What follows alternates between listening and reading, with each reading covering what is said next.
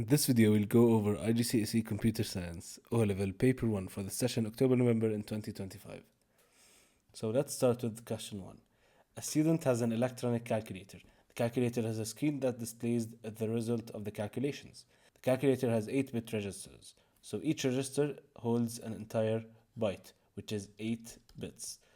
State the highest denary number that could be stored in a single 8-bit register. Denary means decimal, means our normal base 10 numbering system. And what is the highest number that could be stored in 8 bits in a byte? Well, that highest number in binary is 11111111. It's all the 8 bits being 1. And if we want to calculate that, well, the value for the first one is 1, and then 2, 4, 8, 16, 32, 64, and 128. So we need to add all these numbers up. Instead of doing that, there's a simple trick. In binary, if all of the numbers are 1, their value is the value of the next one minus 1. That means the value of the next one is 256. 256 minus 1 is 255.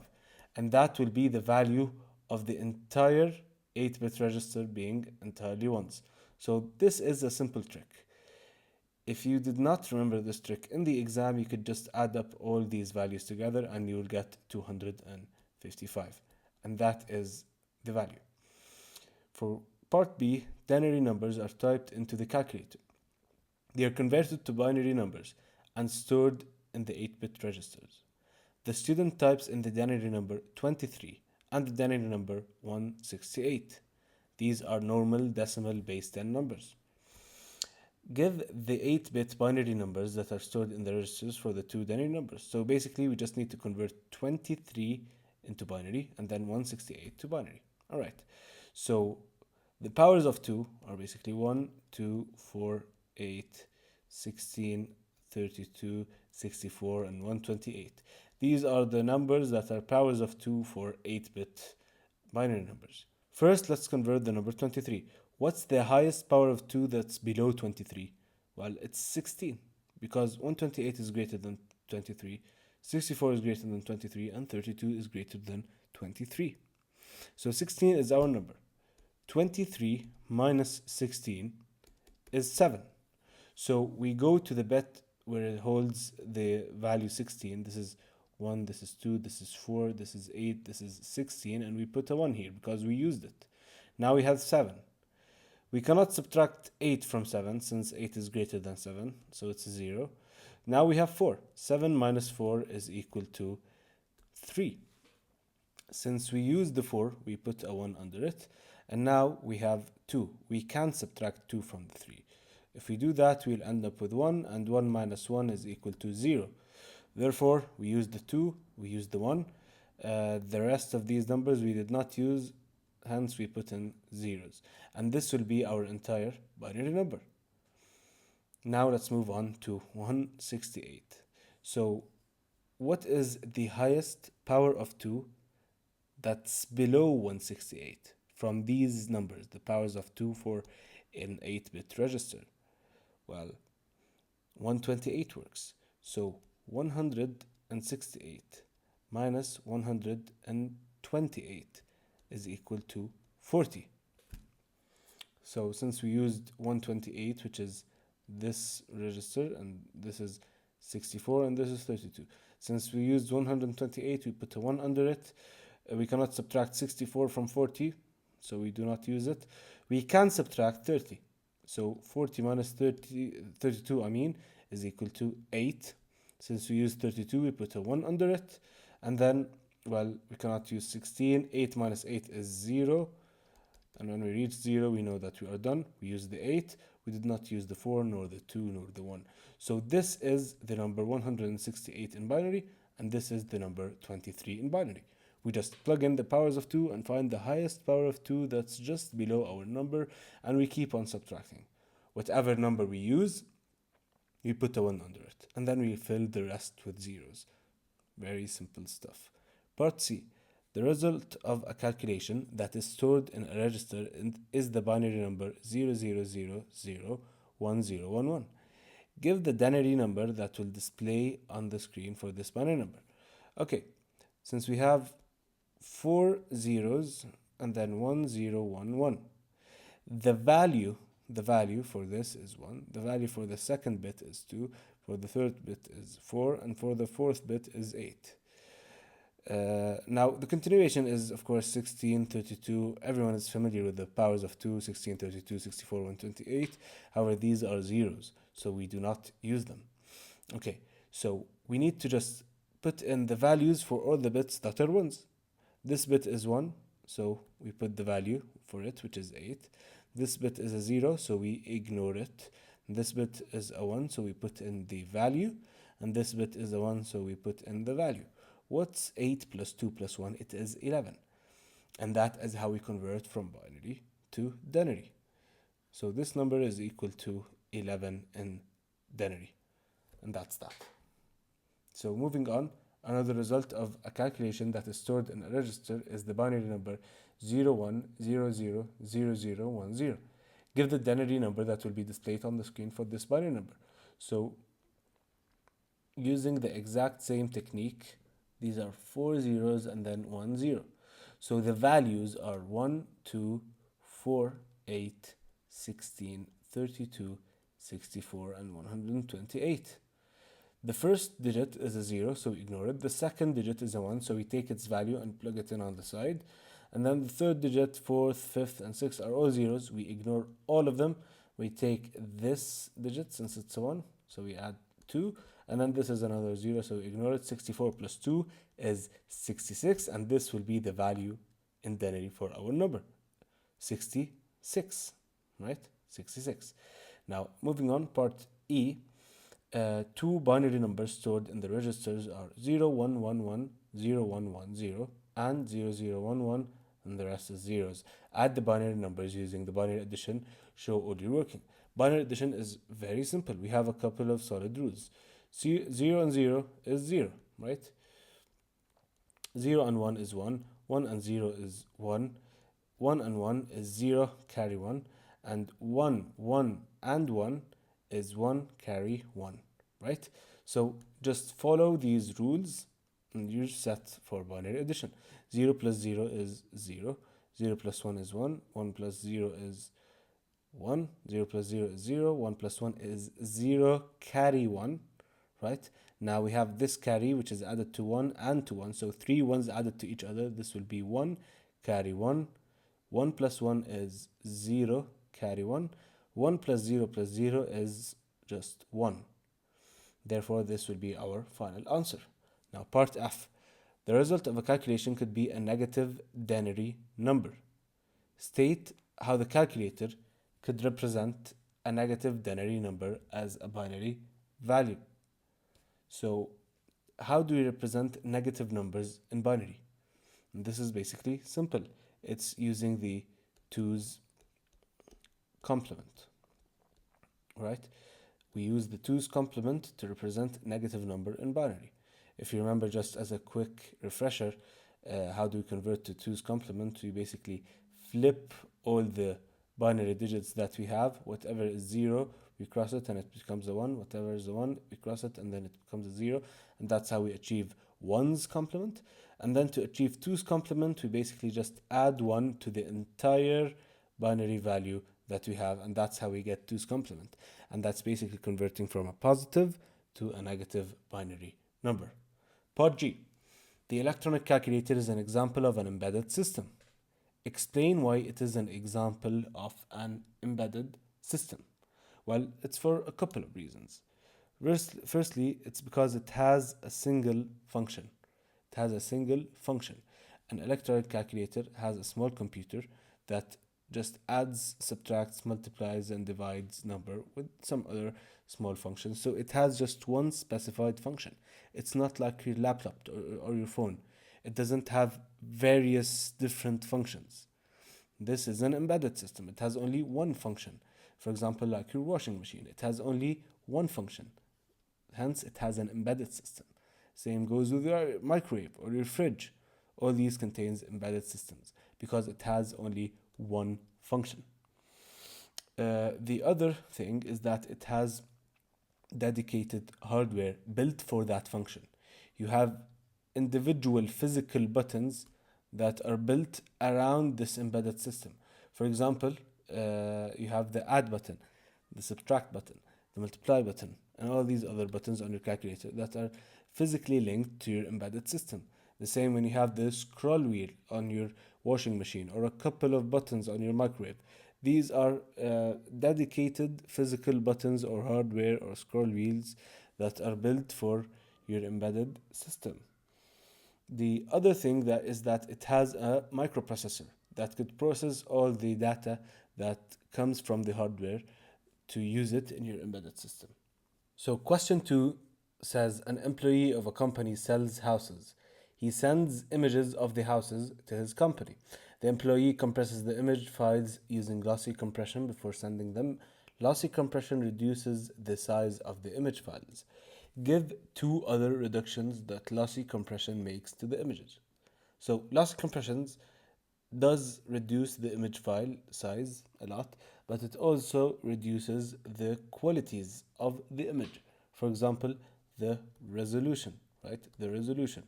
A bitmap image is basically a bunch of pixels in rows and columns, right?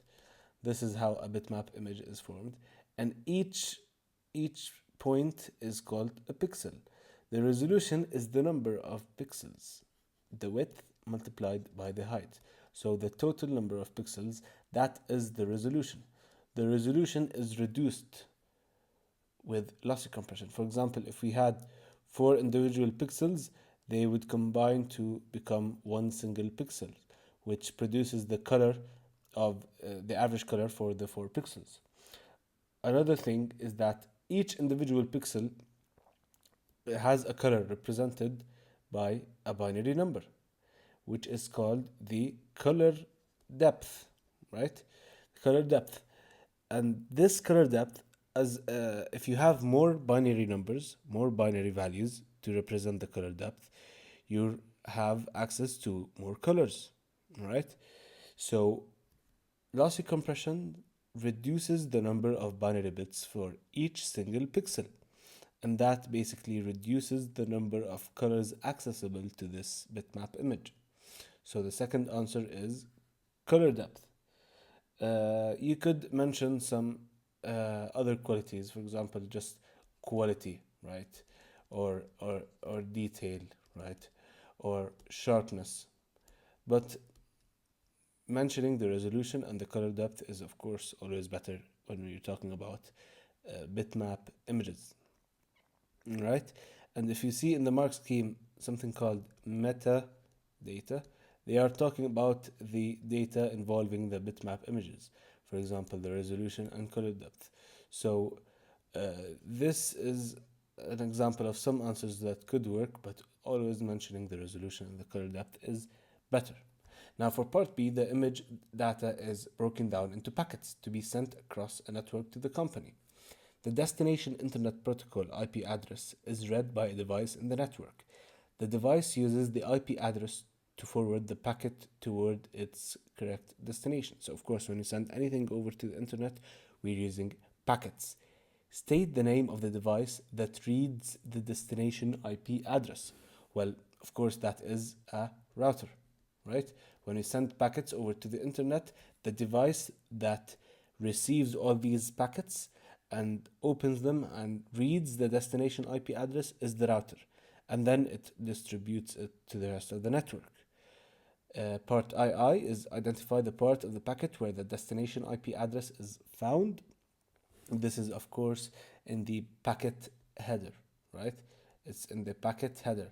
The packet header contains the destination IP address, and the router reads that data and then decides what to do with it.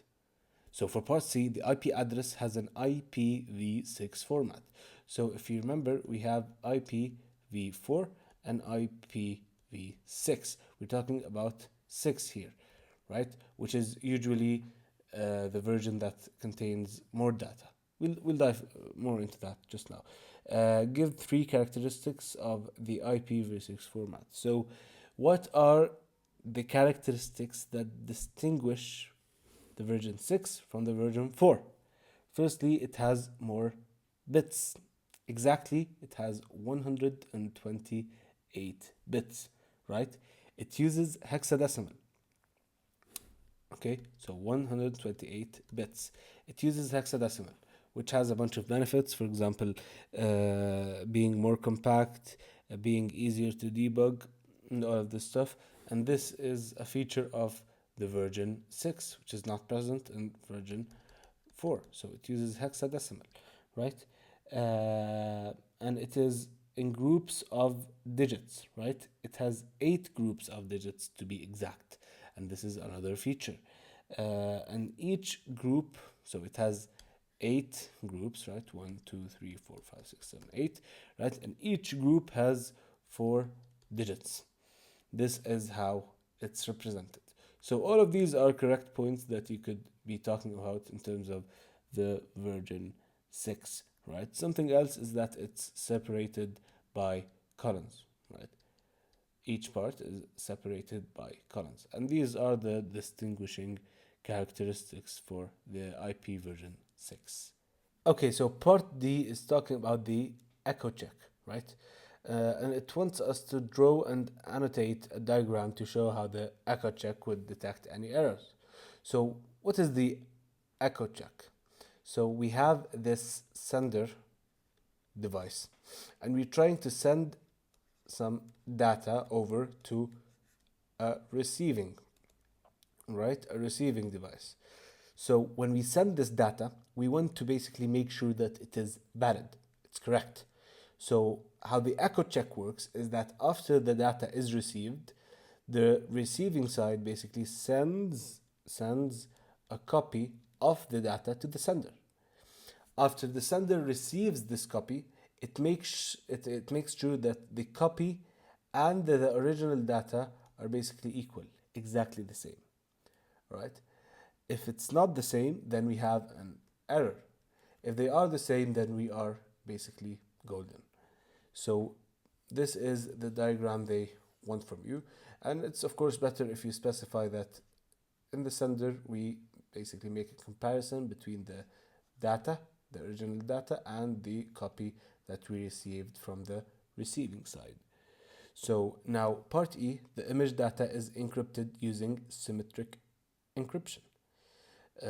We need to tick one box to show the correct statement about symmetric encryption. Encrypted text is known as plain text, and that's of course wrong. Plain text is not the same as encrypted text. Actually, we encrypt the plain text, right? B tells us that the most secure form of encryption, and symmetric is not more secure than asymmetric, actually. So, of course, that is wrong. And C tells us that the encryption key is shared with any device receiving the encrypted data, which is correct. And D tells us that 2 different keys are used, and that's of course wrong. We do not use 2 different keys in symmetric encryption. You have to always make sure that you know the difference between symmetric and asymmetric encryption. So for part II, give one other type of encryption that could be used, and that's of course asymmetric encryption, which we're just talking about, right? So always make sure to know the differences between the symmetric and asymmetric encryption. Now for question 3, a student has a portable device. He uses on-screen keyboard to write messages to his friends. Explain how the text the student writes is converted to binary to be processed. So any type of text in any type of device is always converted using a character set. And this is a keyword that you have to mention in your exam, right? A character set. And we have many examples of character sets. For example, ASCII, right? And we have an extended version of ASCII. These are 2 different character sets. We have another character set which is called Unicode. So ASCII, extended ASCII, or Unicode, using any of those 3 will be sufficient for the exam. And basically each character you can press on your keyboard or any type of keyboard has basically a special binary value in these character sets, right? And that is how we convert that text into binary.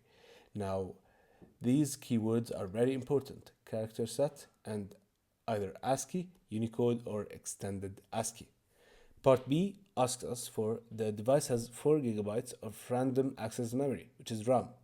State the amount of RAM the device has in megabytes.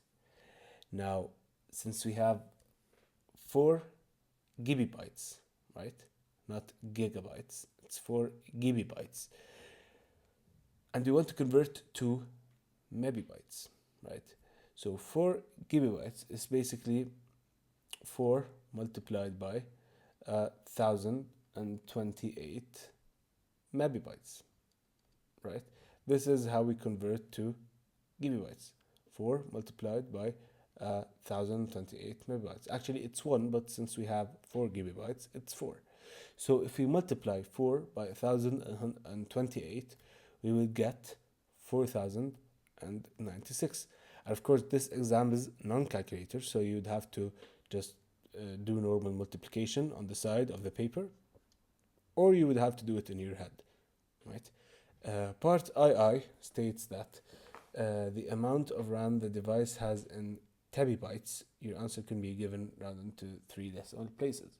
So we know that we have 4 gigabytes, right? We have 4 gigabytes, and we want to convert this into terabytes.